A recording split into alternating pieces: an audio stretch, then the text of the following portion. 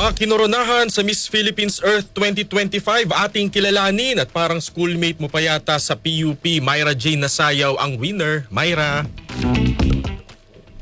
Kinoronahan bilang Miss Philippines Earth 2025 ang kinatawan ng Bacoor City na si Joy Barcoma sa coronation night nito kagabi sa Okada, Manila sa Parañaque City. Sa introduction pa lang ng 35 candidates, tila naging crowd favorite agad si Joy matapos siyang salubungin ng hiyawan at palakpakan ng mga audience. Slaying with confidence din ang beauty queen sa kanyang silver bonded two-piece sa swimsuit competition, maging sa evening gown round sa otang silver embellished gown with white shoulder drape. Nasungkit naman ni Joy ang corona ng Miss Philippines Earth dahil sa winning answer nito sa question and answer portion tungkol sa pagiging positibong impluensya niya sa komunidad. Magiging kinatawa ng Pilipinas si Joy sa Miss Earth 2025 na ngayon wala pang pinal na schedule at venue. Samantala, nasungkit naman ng Antipolo City ang Miss Philippines Air, La Paz Leyte ang Miss Philippines Water, Filipino Community of Tallahassee, Florida, USA ang Miss Philippines Fire at Miss Philippines Ecotourism 2025 ng Talakad, Bukidnon. At yan ang aking showbiz chika ngayong Lunes ng umaga. Ako si Myra Jane Nasayaw, Tatak Armen.